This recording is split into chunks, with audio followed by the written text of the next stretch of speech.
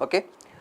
In the previous class we have seen the basic torsion equation. So that is T by J is equal to tau by R is equal to G theta by L. So I have seen about this equation. In this class we will see the combination of torsion and bending on the same beam. Okay. So before going into that, so in previous class we discussed, so tau by R equal to G theta by L. So here we have seen that to calculate this theta we have to know the length. It's not that if you are applying a torsion T for the cross section you will get a shear strain of theta. It's not like that. So yesterday we discussed this. So just want to show you practically. If you are turning this a theta, okay, this is fixed section, whatever we have seen yesterday example, fixed support. Okay, if you are turning this like this for an angle theta, what is the strain at this section? I am applying a torsion T at this section and I got a twist theta here. What is the amount of twist here? 0. What is the amount of twist in the middle? I am not sure whether you are able to see this or not. So if you are able to see the amount of twist varies along the length, but the amount of torsion along the length will not vary. You see, this has not rotated, this has rotated to theta. So the amount of theta what is varying along the length, we can see that. Okay, so this is how it varies. So if you are rotating, this element is getting rotated to a theta t. So whatever the length we are calculating, till that length this torsion has to be uniform. So this is also one of the basic assumption we have. Okay, right. So T by J is equal to G theta by L. So you understood this equation, and the amount of torsion also varies along the radius. So whenever I am twisting like this, the top fiber will get more stress compared to the internal. What does it mean? When I try to break this, which layer breaks first? Top layer will break first. Of course, whatever the equation I told you is applicable to circular section, and this is not circular section. Just to get the feel I am telling you. Okay. So first this top section will fail, and the failure continues till the center, because at the center torsional shear stress is 0. Okay. Right. So this is how the torsional strain varies. Torsional stress is different, torsional strain is different. Okay. So this is how strain varies. So if you see this in normal diagram form, if you see this is how they have applied the torsion. So if you draw the torsion variation diagram, you can see there is no variation along the length. Okay. So you have to apply this equation where you have no variation of torsion. So if there is variation, again you have to add separately. Okay. Right. Now for this beam, along with the torsion, if there is a bending moment also. Okay. So we know the torsion will be applied along the z axis, along the length. Okay. Now for bending, it can bend along x axis or bend along y axis, but as this is a cantilever, obviously it will bend along x axis. Okay. So if you are subjecting a load or couple or whatever, so if you give a load for this, because of the load, obviously this will bend, and this is hogging. Now because of the twist, you also have the twist, right, torsion. So because of the twist, it will also rotate. Now what is the resultant for this? Okay, in this case what is the resultant? So just to show you the feel, I am showing you this again. Previously I have shown you only the twist, right? Now what happens? It is a cantilever, as I am holding here, cantilever with the twist. Okay, this is simply supported bending, sagging, hogging, cantilever, hogging, cantilever, sagging. This generally we see in footings. In footings, the cantilever beam will be in sagging. Okay, so this is hogging, sagging, hogging. So hogging plus torsion. The torsion can be clockwise, anti-clockwise, anyway it can be. Okay, so if you are acting combinedly, Then how to calculate the resultant stress? What is the type of stress you are getting in bending? It is longitudinal flexural stress or normal stress. What is the type of stress? As well as shear stress we will get. In case of pure bending, I am telling, in case of pure bending we will be getting longitudinal shear stress, sorry, longitudinal bending stress or normal stress. In case of torsion you are getting shear stress, okay, only with respect to pure bending. This is not a pure bending case, whatever I have shown you here, this is not a pure bending case. If you want pure bending, okay, this is about x, so about y, sorry, so how x will be away from the plane. As I am seeing the front view, x axis will be away from the plane, okay. So along x also I have a bending moment. Generally while drawing bending moment we don't draw like this, because just to show you two at different axis I am showing you this. So this is torsion T, this is bending moment M, okay. Okay, now this is pure bending, okay. So a cantilever having bending moment M, if you draw bending moment you have a uniform bending moment. So now this is a pure bending case, okay. So if a beam is subjected to pure bending and pure torsion, then how can you add longitudinal stress to the shear stress? One is normal stress, one is shear stress. How can we add and find the resultant? Means we already studied this in complex stresses. So the longitudinal stress, it can be tension or it can be compression. As bending creates both tension and compression, you can take at the top or bottom wherever you want, okay, but the final result will be same. So I am taking the tensile stress as bending stress, okay. So P is the bending stress and Q I am taking as shear stress, okay. So generally we used to write tau xy in case of bending, right? Now you should not write tau xy. Why you should not write tau xy? Means the torsion is along the z. So the shear axis, the shear stresses are tau xz and tau yz,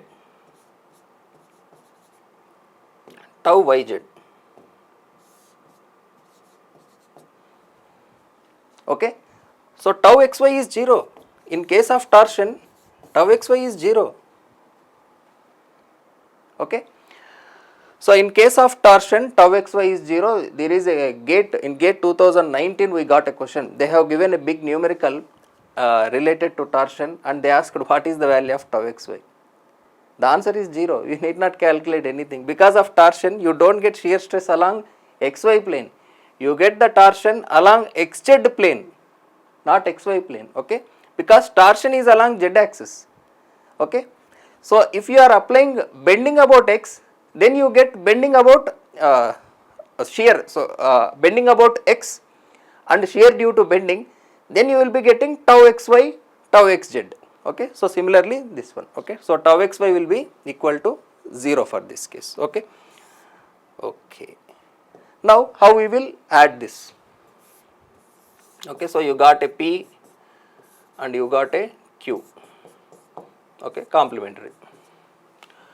Okay, so now what is the maximum amount of normal stress we can get? That is nothing but principal stress, principal maximum. So already we studied the formula for principal stress, that is sigma 1 is equal to sigma x plus sigma y by 2 plus square root of sigma x minus sigma y by 2 whole square plus tau square.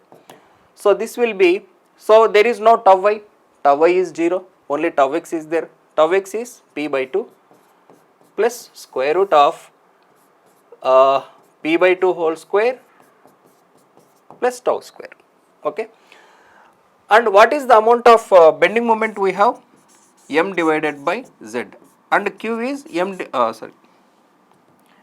Q is T divided by Zp, okay, or 32M divided by pi d to the power of 4 and pi d cube and 16M divided by pi d cube, okay. Now if you substitute this here, if you substitute this here, you will be getting regarding M. Okay. So let me take this 1 by 2 aside, let me take this 1 by 2 aside and write this as 32 M divided by pi d cube into 1 by 2. So this will become 16 na? Okay. Plus square root of same p by 2 means 16 M divided by pi d cube whole square plus what is tau? 16 t divided by pi d cube whole square. Okay. So let me take this 16 by pi d cube outside and write this as m plus square root of m square plus t square. Okay, or I can write this as 32 1 by 2 pi d cube into m plus square root of m square plus t square. Okay.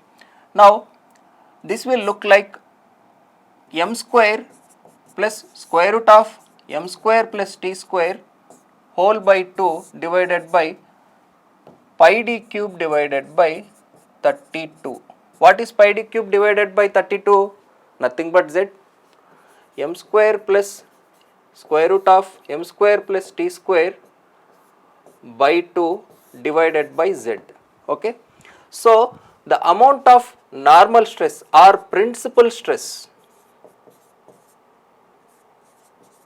principal maximum, let me write. So principal maximum stress is given by some value by z. Generally what is the maximum normal stress we get in case of bending? M divided by z. Here it is square root of m square plus square root of m square plus t square by 2 whole divided by z. Okay, let me write this as some m by z for convenience. Okay, now maximum normal stress is equal to MA by Z. Okay, same like bending you are seeing, right? So this term whatever you have here, ME is equal to m square plus square root of m square plus t square by 2, you need not write this, na, by 2 is called as equivalent bending moment. This is called as equivalent bending moment. Okay. Next, what is the maximum amount of shear you get in this case? Tau max. What is the maximum amount of torsion you have? Nothing but radius of Mohr circle or nothing but this component. Nothing but this component. So this is square root of m square plus t square by 2 into pi d cube divided by 32 or square root of m square plus t square whole divided by pi d cube by 16 I can write, right. So this is nothing but square root of m square plus t square whole divided by what is pi d cube by 16? Polar section modulus Zp. Okay. So what is the tau max in torsion? What is the tau max in torsion? T divided by Zp.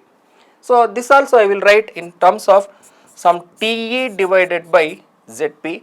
So where Te is equal to square root of m square plus t square. This is also known as equivalent torsion. So whenever we are applying bending moment alone, okay, when we are applying bending moment alone, the maximum stress you are getting is m divided by z, and whenever you are applying a torsion, the maximum shear stress we get is 16t divided by pi d cube. When you are combining both, you are getting this. Okay, this is the maximum normal. So maximum normal you don't get in shear, maximum shear you don't get in pure bending, because in pure bending there is no shear, in pure torsion there is no normal stress, only pure shear stress. Okay. Okay. Now how this failure actually happens? So if you see the inclination of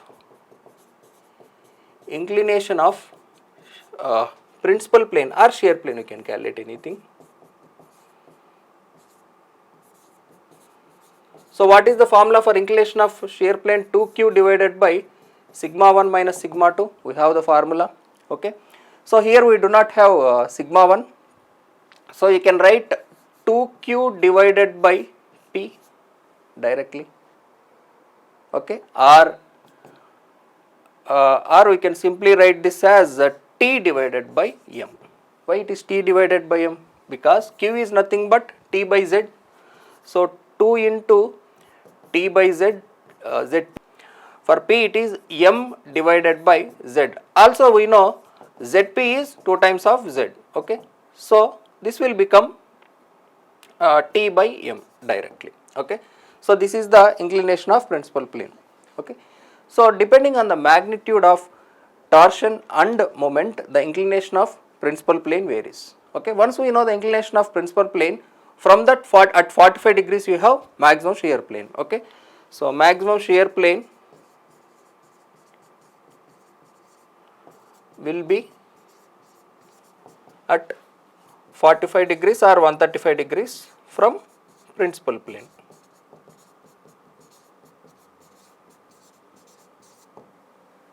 You already know this. Okay.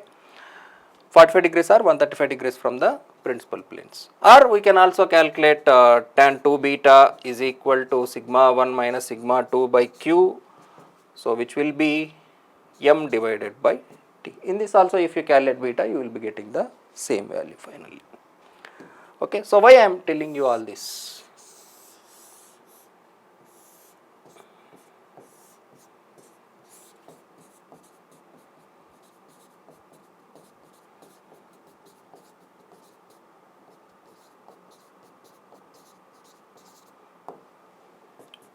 So whenever you are applying a combination of torsion and, let me write moment also like this only. Okay, torsion and moment about z axis and x axis. The maximum normal stress will not be along the y or along the x. It is inclined at a certain angle which depends on the magnitude of m and t. I already discussed. Okay.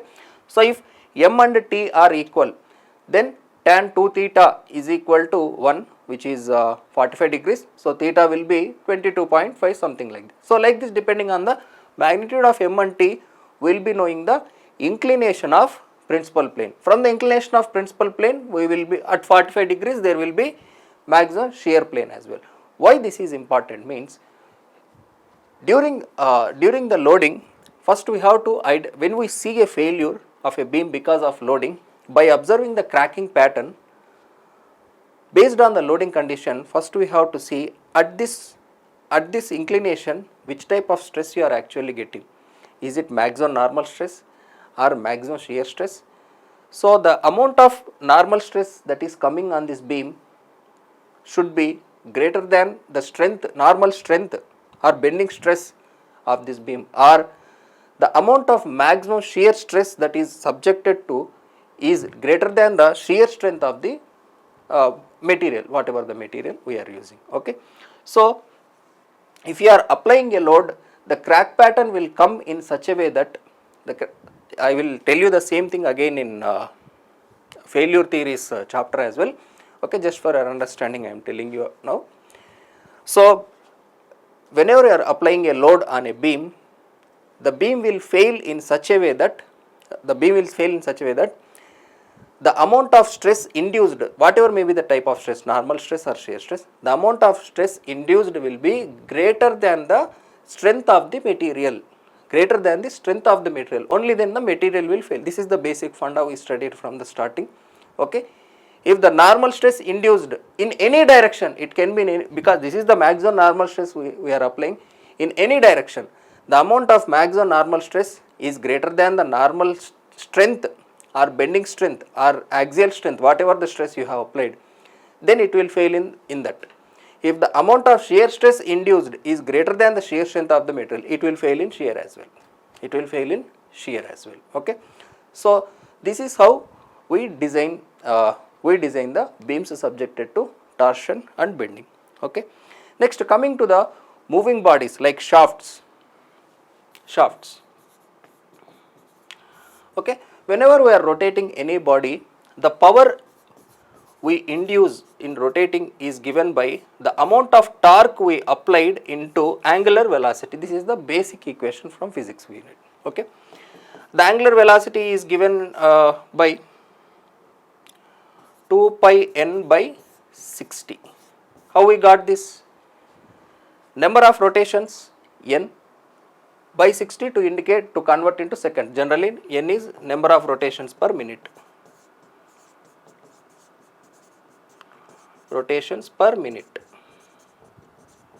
Okay, to convert to seconds we are dividing by 60. Why we need to convert to seconds means we want this entire unit in terms of watts. Okay, for watt unit we have seconds, so that is why you have to divide by seconds. Okay, next, what is this 2 pi? What is angular velocity basically? What is angular velocity? If you are moving a body linearly like this, what is the speed you have? Distance divided by time. Distance divided by time. Similarly, here also you have divided by time, but where is the distance? The distance is rotation, because this is not linear velocity, this is angular velocity. For one rotation, the angle that is rotated is 2 pi. For 2 rotations, 3 rotations, 4 rotations, total angle it rotated is 2 pi into total number of rotations divided by time. Divided by time, already it is there in minutes, to convert in seconds. Okay, so total number of rotations into 2 pi give you the total amount of rotation per time. This is the angular velocity, into the amount of torsion you applied gives you the power. Okay, okay, so this is 2 pi nt divided by 60. Okay, so here T is torque in Newton meter, the amount of torsion we apply. Okay, and finally power will be in watts. P you will be getting in watts. P is power in watts. Okay, as we are under British rule for a long period, generally in many particularly in manufacturing industry, if you observe, even though SI unit is predominant in our education, when we see in manufacturing industry or while dealing with the labor, we are still adopting that unit, because it is conventionally coming from the ancestors in the same way. Suppose if you tell 1 HP, 1 feet length, they are more convenient because they are adapted to it from their ancestors. Okay, even though we are convenient with metric system, they are convenient with. So today also, if you want to buy one motor of some power, obviously you will see horsepower, but what we study in watts. Okay, so generally in the examination also, in many times they will be asking power in terms of horsepower only. So 1 horsepower is 746 watts. 746 watts. Okay, so we can convert this as 2 pi nt divided by 60 into 746. Okay, and in some cases they will be giving, if T is given in kg meter.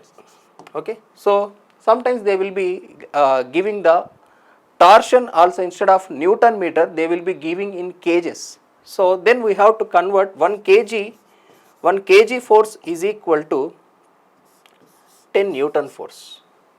Okay, so then we have to convert this.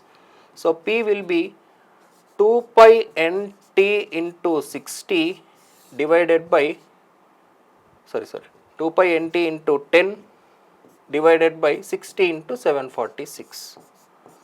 Okay, so this will approximately give you 2 pi nt divided by 4500. Okay, standard equation.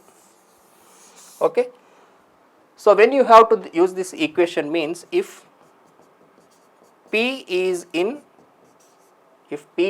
horsepower and T is in kg meter. Instead of newtons, if you have kgs, then you have to use these equations. Okay. So this is about the power. Okay. Next, stress induced because of power. How to calculate the stress induced because of power? We know T by J is equal to tau by R. So tau is equal to T into, okay, let me keep this as like this, tau max. Okay. So tau is T divided by Zp. Okay. Let me substitute this formula here, tau into Zp.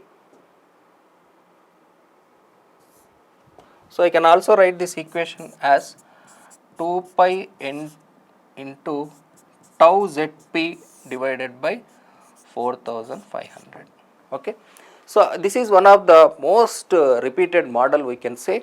Okay, that is giving power, asking stress, giving stress, asking power. It is very common problem. So what I suggest you is, here you have pi value, in z also you have pi d cube by 16 etc. all this, right. So I can remove all these constants whatever you have and calculate the value as some k. Okay, what will be remaining here? 2 pi is a constant, 4500 is a constant, tau is a variable, n is a variable. In Zp you have pi d cube divided by 16. You calculate pi by 6 outside. Finally, this will become in the form of k d cube. Finally, this will become in the form of k d cube. Any other constant we have? Tau. K d cube into tau. Okay. So if you remember the formula in this way, as this is one of the standard formula we have. Okay. So in the next class I will calculate and give you the k value as well. Okay, this will save a lot of time, because one of the most repeated formula, particularly in engineering services, if you see without calculator, they will be asking this continuously many times. So it is very convenient for us to remember in this format. Okay. Okay. So that's all for now. So in the next class we will see comparing hollow section and solid sections, as well as stresses over rectangular section and thin walled section. Thin walled section means okay, anyway in next class we will discuss that. Okay.